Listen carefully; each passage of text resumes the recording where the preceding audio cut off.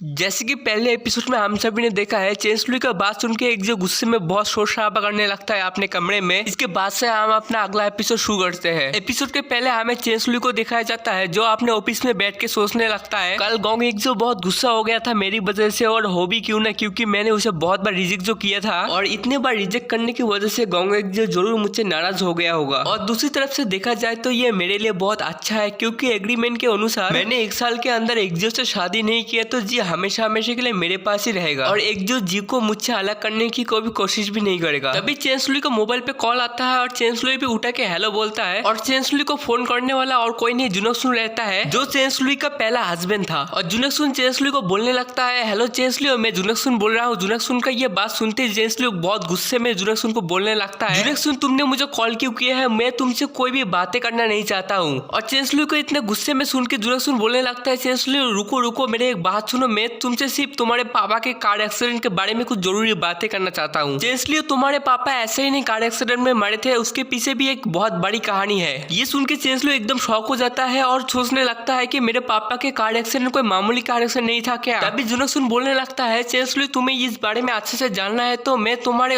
Company के नीचे वाले कॉफी शॉप में हूँ, तुम यहाँ पर आ जाओ। ये सुनते ही चेंसलुई भागते हुए कॉफी शॉप की तरफ जाते हुए सोचने लगता है, 5 साल पहले चेंसलुई के पापा के कार एक्सीडेंट एक शराब पिए हुए ट्रक ड्राइवर से हो गया था। तभी चेंसलुई को पापा को हॉस्पिटल लाया गया था और चोट इतना ज्यादा लग गया था कि चेंसलुई के पापा को डॉक्टर भी बचा नहीं पा रहा था, और चेंसलुई के पापा मरने से पहले चेंसलुई के हाथ जुनक्सुन के हाथ में देके मर गया। ये सब को सोचते हुए चेंसलुई कॉफी शॉप के बाहर आ जाता है। तभी चेंसलुई कॉफी शॉप के अंदर चला जाता है जहाँ पर जुनक्सुन चेंसलुई के इंतजार कर रहा था, और चेंसलुई को देख के जुनक्सुन हाई बोल के चेंसलुई से हैंडशेक करने के लिए हाथ बढ़ा देता है, और चेंसलुई एकजू के हाथों को हटा कर बोलने लगता है, तुम मुझे सुना मत, और तुम मेरे पापा के बारे में क्या कहना चाहते हो जल्दी बोलो। तभी जुनक्सुन बोलने लगता है, चेंसलुई इतने जल्दी में क्यों हो, आराम से पहले बैठ जाता है फिर बातें करते हैं। और दूसरी तरफ एकजू को दिखाया जा रहा है जो अपने कंपनी में जा रहा था, और उसके साथ काली कोट वाली लड़की भी रहती है जो एकजू के असिस्टेंट है। तभी काली कोट वाली लड़की बोलने लगता है, प्रेसिडेंट गांव कुछ देर बाद एक जरूरी मीटिंग है, उसके बाद आपको 2 आदमियों से मिलना है। ऐसे ही बहुत बातें करते ही जा रहा था, और एक जो काली कोट वाली लड़की की बातों को अनसुना करते हुए बाहर देख रखा था। तभी एक जो कॉफी शॉप में चेंसलुई और जुनक्सुन को देखता है, और ये दोनों को एक साथ देख के एक जो मन में बहुत गुस्सा करते हुए सोचने लगता है, ये दोनों एक साथ क्या कर रहे हैं। ऐसा सोच के जोर से कार में मार के बोलने लगता है, अभी कार रोको। तभी कार रुक जाता है और एक जो गुस्से में कॉफी शॉप की तरफ जाने लगता है, और पीछे से काले कोट लड़की बोलने लगता है, प्रेसिडेंट आप कहाँ जा रहे हैं, कुछ देर बाद एक जरूरी मीटिंग होने वाला है। और एक जो काले कोट लड़की के बातों को अनसुना करते हुए गुस्से में कॉफी शॉप की तरफ जाने लगता है। और दूसरी तरफ कॉफी शॉप के अंदर दिखाया जा रहा है जहाँ पर जुनक्सुन चेंसलुई को बोलने लगता है, चेंसलुई तुम यहाँ पर बैठो फिर हम बातें करते हैं। और चेंसलुई सोफे में बैठने ही वाला था, तभी पीछे से एक जो बोलने लगता है, चेंसलुई वहाँ पर बैठना मत। ये सुन के चेंसलुई पीछे देख के बोलने लगता है, एक जो तुम यहाँ पर क्या कर रहे हो। तभी एक जो चेंसलुई के पास आकर चेंसलुई के हाथ पकड़ कर खींच के बाहर ले जाते हुए बोलने लगता है, तुम ये सब बातें छोड़ो, मेरे साथ घर पे चलो। यहाँ से ये एपिसोड खत्म हुआ, मगर मैं अगला एपिसोड भी यही से चालू कर रहा हूँ। तभी जुनक्सुन बोलने लगता है, प्रेसिडेंट गोंग 1 मिनट रुको, मैंने यहाँ चेंसलुई को खाने पे बुलाया है और मुझे चेंसलुई से कुछ जरूरी बातें करना है, कि आप जा सकते हैं अकेले। ये सुन के एकजो कुछ भी नहीं बोलता और गुस्से में जुनक्सुन की तरफ देखने लगता है। जुनक्सुन भी गुस्से में एकजो की तरफ देखने लगता है। उसके बाद दोनों एक साथ चेंसलुई से पूछने लगता है, तुम किसके साथ रहना चाहती हो। इन दोनों को ऐसा बोलते देख के चेंसलुई थोड़ा सा कंफ्यूज हो जाता है। तभी जुनक्सुन मुस्कुराते हुए बोलने लगता है, चेंसलुई तुम भूल गए, हम दोनों कुछ जरूरी बातें करने वाले थे। ये सुन के चेंसलुई अपने पापा के बारे में बातें करने की बात याद आता है और एकजो से बोलने लगता है, गोंग एकजो मुझे जुनक्सुन के साथ कुछ जरूरी बातें करना है। ऐसा बोल के मन में सोचने लगता है, मुझे जानना है मेरे पापा के साथ क्या हुआ था। चेंसलुई का ये बात सुनते ही एकजो गुस्से में बोलने लगता है, मुझे नहीं पता था तुम्हें इस जैसे आदमी के साथ कुछ बातें करना है, ऐसा बात है तो तुम करो बातें इसके साथ, मैं यहाँ से चलता हूँ। ऐसा बोल के एकजो वहाँ से गुस्से में जाने लगता है, और गोंग एकजो को इतना गुस्से में जाता देख के चेंसलुई सोचने लगता है, एकजो को लग रहा होगा कि मैं जुनक्सुन के पास वापस जा रहा हूँ, मगर एकजो को ये नहीं पता होगा कि मैं जुनक्सुन से कितना ज्यादा नफरत करता हूँ। और एकजो को जाता देख के जुनक्सुन खुश होकर सोचने लगता है, गोंग एकजो अगली बार तुम जीते थे, इस बार मैं जीत गया। ऐसा सोच के जुनक्सुन चेंसलुई से बोलने लगता है, चलो चेंसलुई जाके कुछ खाते हैं। ये सुन के चेंसलुई बोलने लगता है,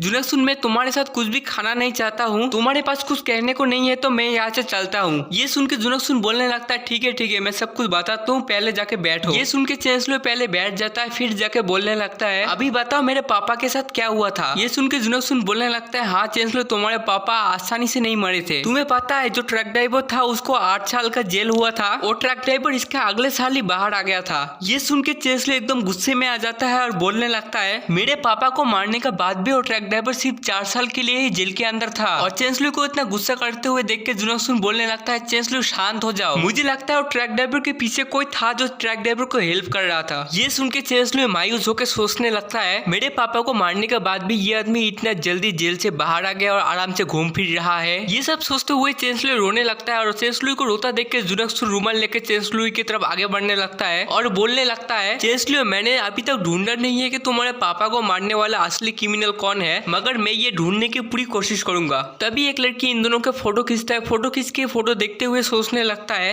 मैंने नहीं सोचा था कि जुनयोन का हस्बैंड और उसका एक्स वाइफ एक साथ होगा। इस बात को जल्दी मुझे जुनयोन तक पहुंचाना होगा। यहाँ से ये एपिसोड खत्म हुआ। आप सबसे हो सके तो प्लीज मेरे चैनल को लाइक और सब्सक्राइब कीजिए। मिलते हैं अगले एपिसोड में।